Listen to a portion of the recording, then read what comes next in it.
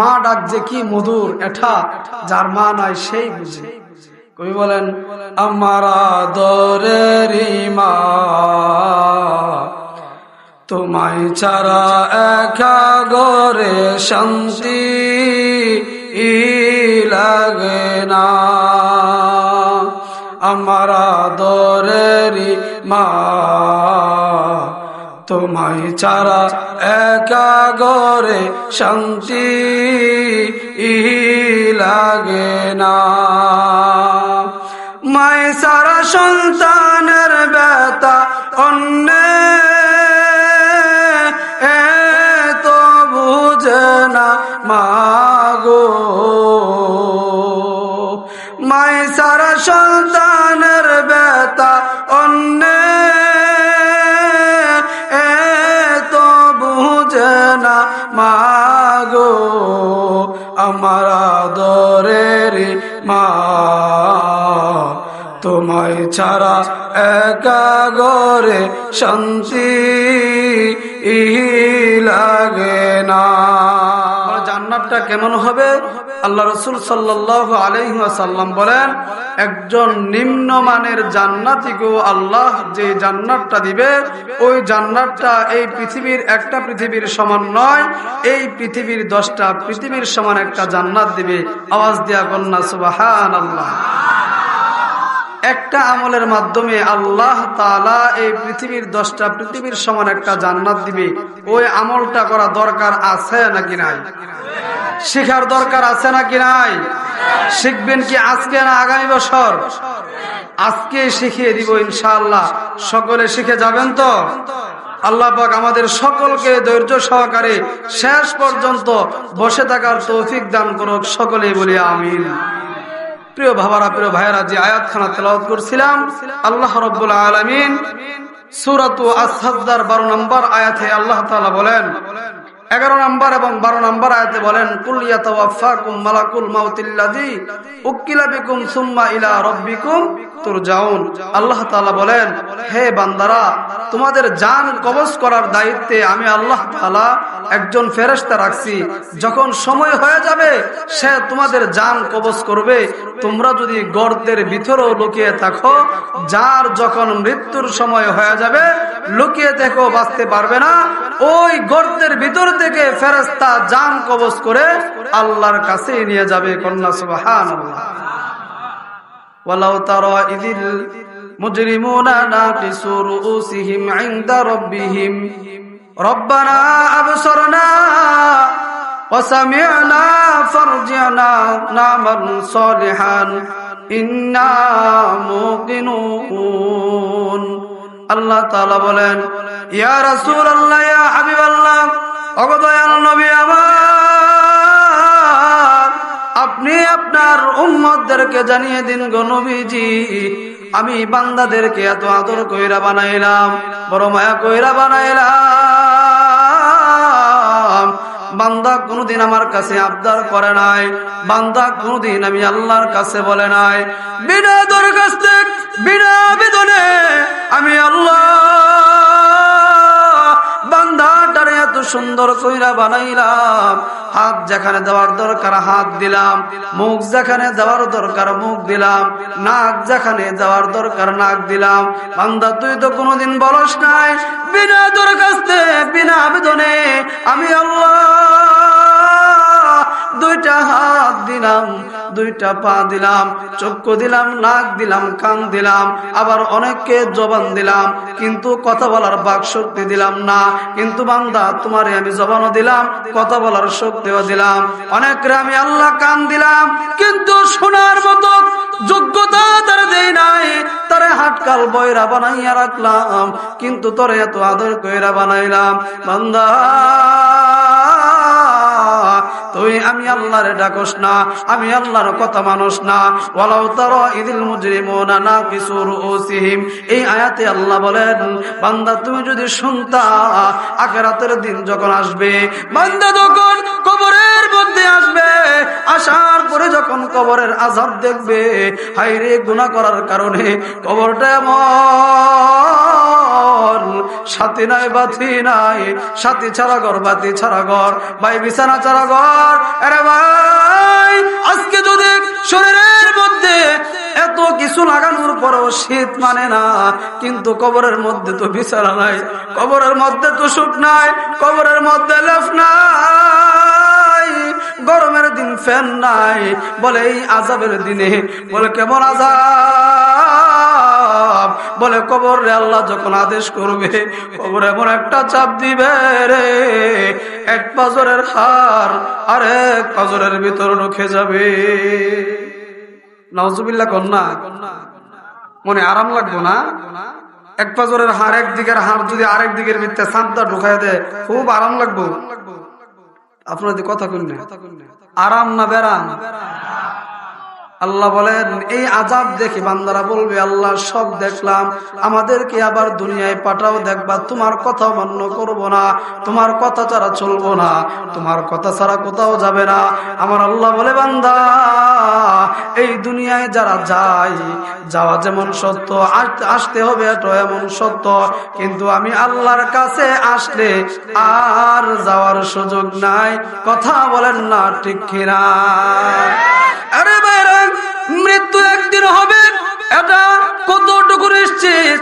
আমি আপনি দুনিয়ায় জীবিত আছি যেমন নিশ্চিত, এর চেয়ে হাজার গুণ বেশি নিশ্চিত একদিন না একদিন আমাকে মরতে হবে। কিন্তু কোথায় মরতে হবে, কিভাবে মরব, কোথায় দাফন হবে, কাফন হবে জানা আছে? জানা আছে? ওই বলেন কোন জমিনের মাটি আমার হবে গোরস্থান, কোন জমিনের মাটি আমার হবে গোরস্থান। কাদের চোখের জলে আমি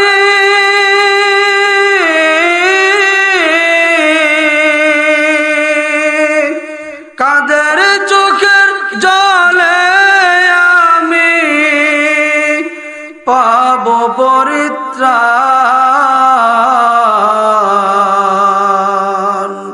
কোন জমিনের মাটি আমার হবে গোরস্থান। কারায় আমায় গোসল দিবে, কে আনিবে কাফন, কারায় আমায় কেঁদে কেঁদে করে দিবে দাফন, কারায় আমায় গোসল দিবে, কে আনিবে কাফন, কারায় আমায় কেঁদে কেঁদে করে দিবে দাফন, কারায় আমার পাশে বসে শোনাবে কুরআন, কোন জমিনের মাটি আমার হবে গোরস্থান। কার কাঁধে চড়ে আমি কবর দেশে যাব, জানি না কার মোনা যাতে খোদার রহম পাব, কার কারণে করবে ক্ষমা,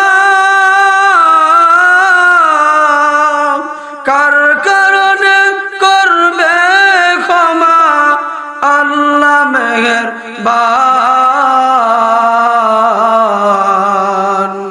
কোন জমিনের মাটি আমার হবে গোরস্থান,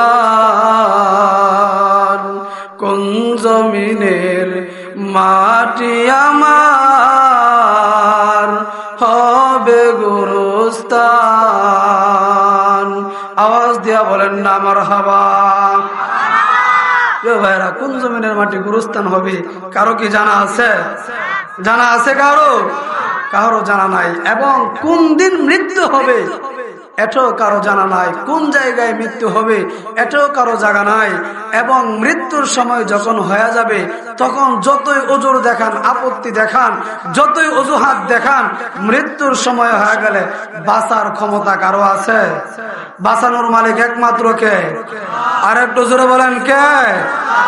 প্রিয় ভাইয়েরা, আল্লাহর পয়গম্বর হযরত ঈসা আলাইহিস সালাতু ওয়াস সালাম পিতা ছাড়া আল্লাহ রাব্বুল আলামিন মরিয়মের ঘরে ঈসা নবীকে জন্ম দিলেন। জন্ম দেওয়ার পরে মানুষ যখন যা তা বলে, পয়গম্বর ঈসাকে নিয়ে মরিয়ম বাড়ি থেকে চলে গেলেন জঙ্গলের মধ্যে। জঙ্গল বুঝেননি? আপনার এলাকায় আসেনি?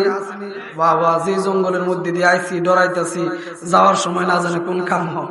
দোয়া করেন আল্লাহ যেন হেফাজত করে, সকলে বলেন আমিন। মরিয়ম ঈসা নবীকে নিয়ে বড় জঙ্গলের মধ্যে দেখে আমার আল্লাহ বললেন, হে ঈসা, তুমি তোমার আম্মার সাথে খারাপ ব্যবহার করিও না।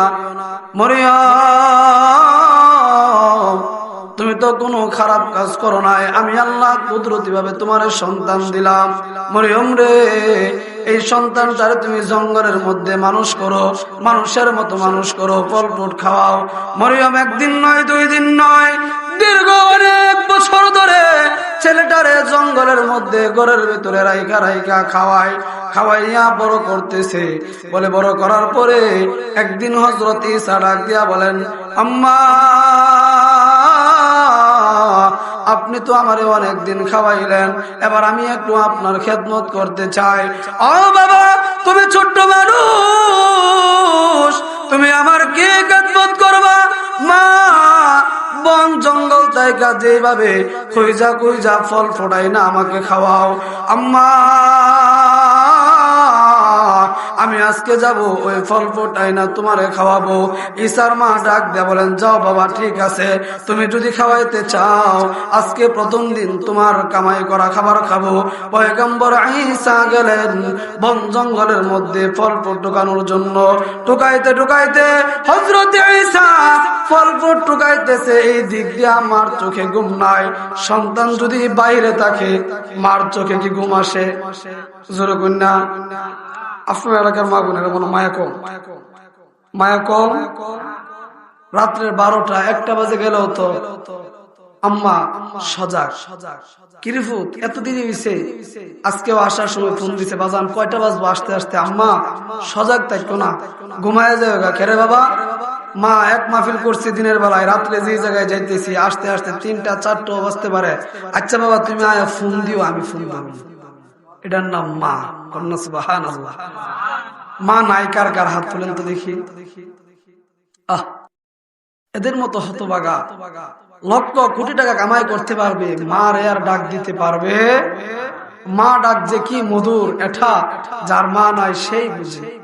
কবি বলেন, আমার আদরের মা, তোমায় ছাড়া একা ঘরে শান্তি লাগে না। আমার আদরের মা, তোমায় ছাড়া একা ঘরে শান্তি লাগে না।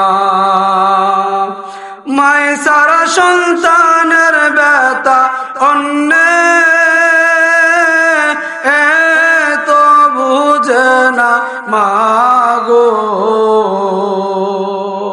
মায় সারা সন্তানের ব্যথা অন্য তো বুঝে না মাগো। আমার আদরের মা, তোমায় ছাড়া একা ঘরে শান্তি লাগে না। সন্তান বাড়ি না আসিলে মায়ে তো গো মাইনা। সন্তান বাড়ি না আসিলে মায়ে তো গো মাইনা। গরে আর বাহিরে মায়ে করে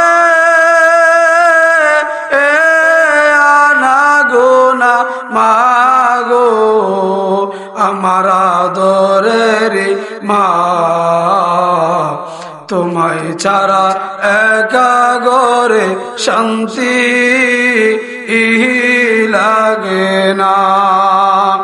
শত দুঃখ দিল মায়ে সন্তান রে বলে না, শত দুঃখ দিল মায়েরে সন্তান রে বলে না।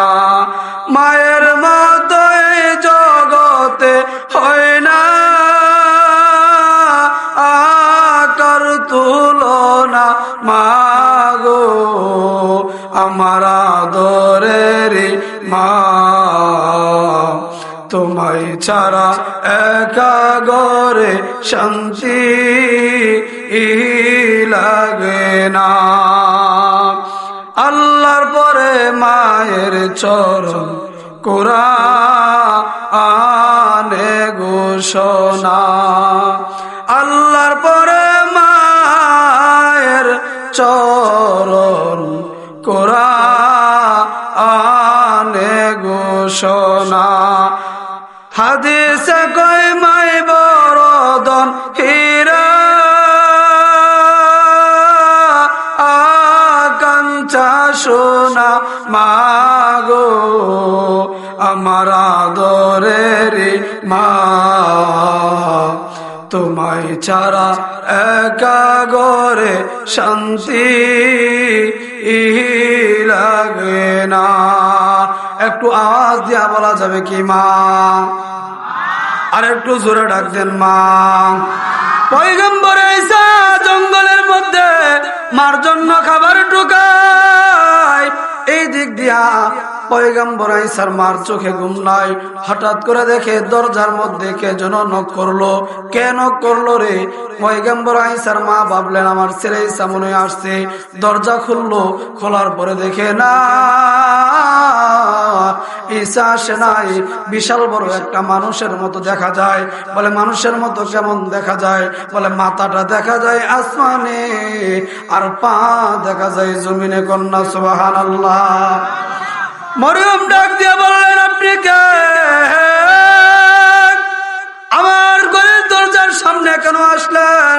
ও ম্যাডাম, আপনি আমারে চিনবেন না, কিন্তু নাম শুনলে ঠিকই চিনবেন। বলে আপনি কে? বলে আমি হলাম আজরাইল। ভাই আজরাইল তুমি কেন আসলা?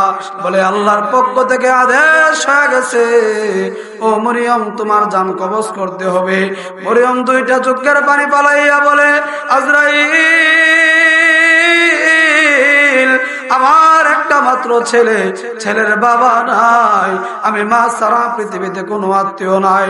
আমার এই ছেলেটা আমার জন্য জীবনের প্রথম কিছু খাবার খাওয়াইবে, এই জন্য খাবার আনতে গেছে। আমার ছেলেটার সাথে একটু দেখা করার সুযোগ দাও। আজরাইল বলে না, আল্লাহর আদেশ হয়ে গেছে, আমার কিছু করার মতো ক্ষমতা নাই। বলে এত আক্ষেপ করার পরেও বলে আল্লাহ যে বলছে যখন মৃত্যুর সময় হয়ে যাবে দুনিয়ার কেউ বাঁচাতে পারবে না, আল্লাহর কাছে ঠিক এই ঠিক সময়ে চলে যেতে হবে। কথা কোন ঠিক কিনা? পয়গম্বর ঈসা অনেক কাকুতি বিরতি করার পরে আল্লাহর পয়গম্বরের মা এত কথা বলার পরেও আজরাইল ছাড় দেয় নাই, জান কবজ করে নিয়ে গেলেন। ঈসার মা শুয়ে আছেন, পয়গম্বর ঈসা আসলেন। আয়েশা দেখে মা ঘুমায় রয়েছে। আম্মা ঘুমায় রয়েছ, ডাক দিব না? মা ঘুমাক। অনেকক্ষণ পরে আবার চিন্তা করলেন মারে ডাক দিই। ডাক দিলেন, হাতে যখন ধরলেন দেখে শরীরটা ঠান্ডা হয়ে গেছে। এবার পয়গম্বর চোখের পানি পালাইয়া কান্দে আর বলে আম্মা যদি জানতাম তুমি এমন ধোঁকাবাজি করবা আমি তোমার ছাড়া যাইতাম না। মা গো, জীবনের প্রথম ফল আনলাম, তুমি খাইতে পারলা না। পয়গম্বর ঈসা কান্দে, আবার মনে মনে চিন্তা করলো কান্না করলে তো হবে না, আমার মারে দাফন করতে হবে। এই কথা চিন্তা করে পয়গম্বর ঈসা হাঁটতে শুরু করলেন। কাউরেনি পায়, একা একা তো কবর দেওয়া সম্ভব না, গোসল করানো সম্ভব না। হাইটা একটু সামনে গেলেন, গিয়া দেখে ৫-৬ জন মানুষ আসতেছে। পয়গম্বর ঈসা তাদেরকে ডাক দিয়া বললেন, ও ভাইরা, আমার নাম ঈসা, আমার মার নাম মরিয়ম। একটু আগে আমার আম্মা মারা গেল, আমার আম্মাকে কবর দিতে হবে, গোসল করাতে হবে। আপনারা আসেন, আমার মার জানাজায় শরীক হন, শেষ বিদায়টা দেওয়ার জন্য একটু সহযোগিতা করেন। তারা ডাক দিয়া বলেন, আমরা দুনিয়ার কেউ নয়, তোমার নাম ঈসা, তোমার মা মারা গেছে আমরা জানি। বলে তোমরা কারা? বলে আল্লাহ আমাদেরকে আসমান থেকে পাঠাইছে, আমরা হলাম আসমানি ফেরেশতা, আমরাই তোমার মার কবর দেওয়ার ব্যবস্থা করব। মরিয়মের সম্মানটা কম না বেশি? আমার তো বেশি না কম? আমরা এখানে যারা আছি সবার। এরপরে উনি মরার সময় বলছেন যে আমার ছেলেটারে শেষবার একটু দেখে দেই, সুযোগ দিছে না যিনি, উনি কে? উনারই যেহেতু সুযোগ দিছে না, আপনারা আর আমারে দিব? হঠাৎ দেখবেন একদিন আজরাইল ঘরের দরজায় চলে আসছে, ওই দিন আর বাঁচতে পারবেন না।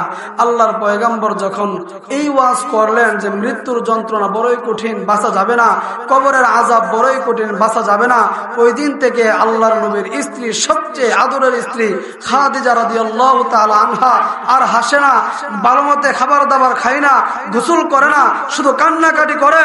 নবী বলেন, খাদিজা তুমি এমন করো কেন?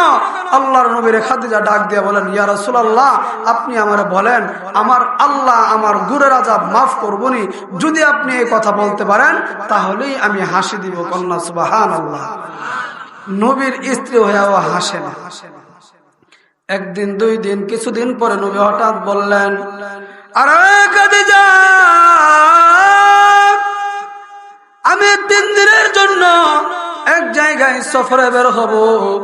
খাদিজা তুমি ভালো করে থাকো, ঘরের ভিতরে থাকো, ঘর দেখে শুনে রাখো, খাবার দাবার কইরো। এই কথা বলে যখন নবী চলে যাচ্ছে, এবার খাদিজা মনে মনে ভাবলেন, ভালো একটা সুযোগ পাইছি, এই 3 দিন আমি আর কোথাও যাইব না, এই 3 দিন আমি কিছু করব না, এই 3 দিনের ভিতরে আমি আমার আল্লাহর লগে এমন প্রেম ধরমু, আল্লাহর লগে এমন ভালোবাসার দড়ি লাগামু, আমার আল্লাহ যদি আমারে মাফ না করে আমি মুনাজাত ছাড়ব না। নবী সফরে গেছেন আর খাদিজা চিন্তা করলেন, এই 3 দিনের ভিতরে আমি আর মুনাজাত ছাড়তাম না, আমি আমার আল্লাহর ভালোবাসা নিয়ে আনিব। কন্যা সুবহানাল্লাহ। আর আমরা বাড়ির থেকে গেলে আমরা বিদায়তে পাইছি সুযোগ, যত গুরুঞ্জা কেশরগঞ্জের বাজার আর ফুলবাড়ি আর বাজার ঘুরা ফুমু, আমার জামাই বাড়ির নাই, এখন আমার সুযোগ। কথা কোন ঠিক কিনা? খাদিজা নামাজে দাঁড়া গেলেন, নামাজ পড়ে মুনাজাত ধরলেন, কান্না করতে করতে বেহুশ হয়, আবার হোশ হয়, আবার কান্দে, আবার বেহুশ হয়, আবার হোশ হয়। নবী এই সুযোগে মনে করেন গেল, গিয়া ভাবলো জায়গা মতো গেছে, গিয়া শুনতে আজকে সফরে যাওয়া যাবে না, আর কয়দিন পরে যেতে হবে। নবী আবার বাড়িতে আসলেন, আয়েশা দেখে খাদিজা ঘরের ভিতরে অজ্ঞান অবস্থায় পড়ে আছে। নবী আবার ডাক দিয়া বলেন, ফাতেমা রে, তুমি কই আছো? তোমার আম্মা জি অজ্ঞান হয়ে পড়ে আছে, তোমার আম্মারে ডাক দাও, তোমার আম্মারে পানি ঢালো, হোশ করো। নবী যখন পানি ঢাললেন, হোশ করলেন, এবার ফাতেমা জিজ্ঞেস করে, আম্মা তুমি এমন ভাবে কাঁদতেছো কেন? নবী ডাক দিয়ে বলেন, খাদিজা, আগে তো তোমার এমন দেখি নাই, তুমি ইদানিং এত কান্নাকাটি করো কেন? খাদিজা ডাক দিয়ে বলেন, ইয়া রাসূলুল্লাহ,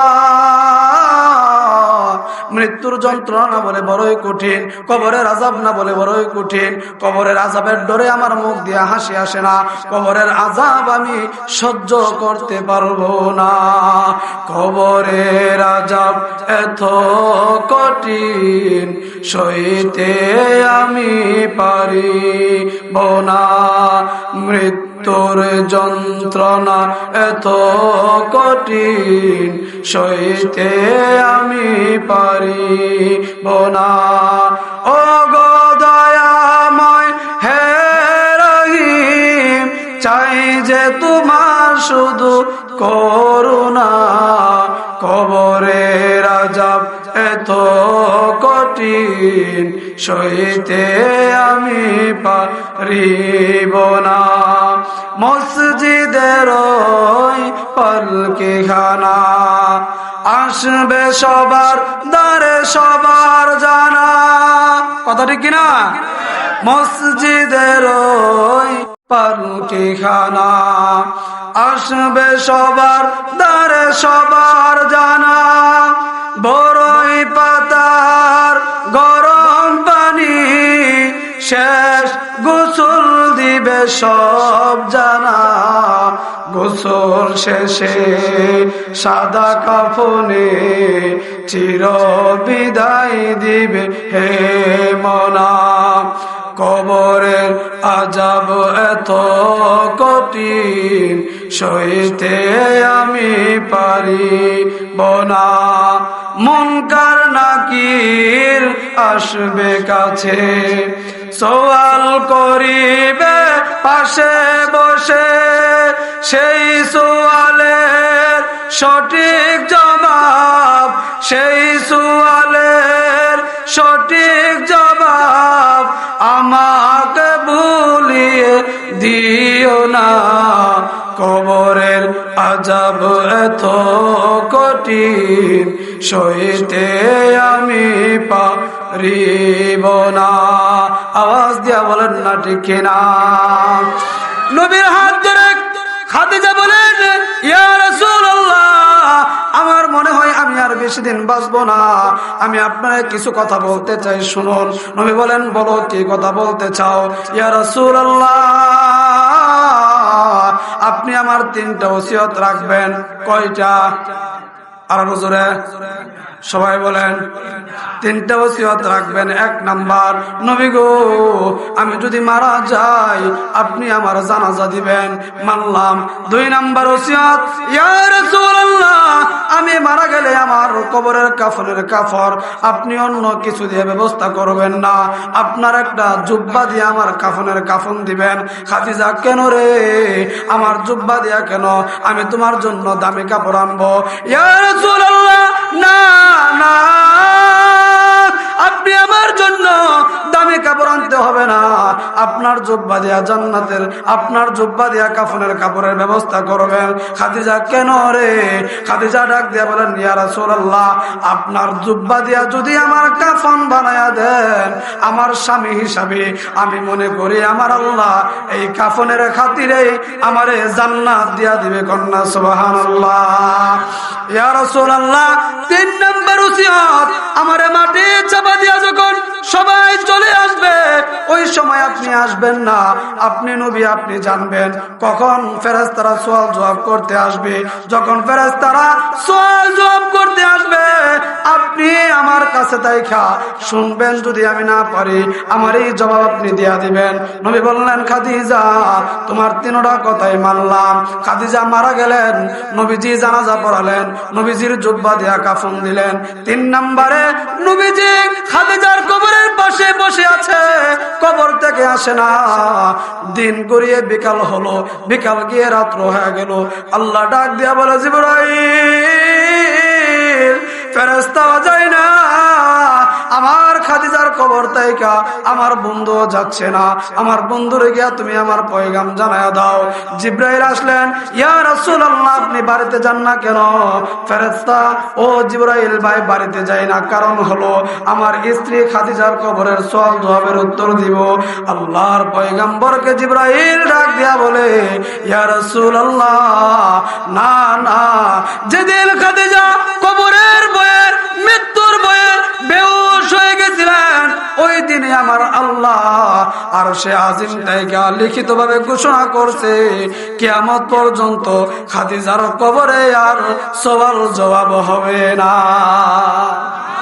একটু জোরে কন্যা সুবহানাল্লাহ ইয়া রাসূলুল্লাহ শুধু তাই শেষ নয় খাদিজা আপনাকে ভালোবাসার খাতিরে আল্লাহ ঘোষণা করছে খাদিজার কবরকে বিনা হিসাবে আমার আল্লাহ জান্নাতের বাগান বানায়া দিবে শুরুতে বলছেন আমাদের বাড়ি কোথায় জান্নাতে আমাদের বাড়ি কোথায় আমরা দুনিয়াতে আছি আবার যাব কোথায় এই দুনিয়ার 1 দুনিয়ার সমান না 10 দুনিয়ার সমান ওই 10 দুনিয়ার সমান জান্নাতে যেতে হলে একটাই মাত্র আমল, মান ক্বালা লা ইলাহা ইল্লাল্লাহ ফাদাখালাল জান্নাহ, ভিতরে কালিমা লালন করেন। আর এই কালিমার বরকতে যেখানে কালিমার শিক্ষাদান করা হয়, এরকম বাইতুন নূর, নুরানি হাফিজিয়া মাদ্রাসা, এই মাদ্রাসাগুলির রক্ষণাবেক্ষণের দায়িত্ব যখন আপনারা নেবেন, আমার আল্লাহ বলে যারা মাদ্রাসায় সহযোগিতা করবে, মাদ্রাসা পরিচালনা করবে, বলে তাদেরকে আমি আল্লাহ মাদ্রাসার খাতিরে, মাদ্রাসাকে মহব্বত করলে আমি নবীকে মহব্বত করা হয়ে যাবে, নবীকে মহব্বত করলে আল্লাহর ভালোবাসা পেয়ে যাবে। আর আল্লাহর ভালোবাসা পেয়ে গেলে এই দুনিয়ার এক দুনিয়ার সমান নয়, 10টা দুনিয়ার সমান আল্লাহ একটা জান্নাত দিবে। কন্যা সুবহানাল্লাহ। ওই জান্নাতে যেতে চান কারা কারা? 2টা হাত তুলে দেখায় দেন। আল্লাহ আমাদের প্রত্যেককে জান্নাতে যাওয়ার তৌফিক দান করুক। সকলে বলি আমিন।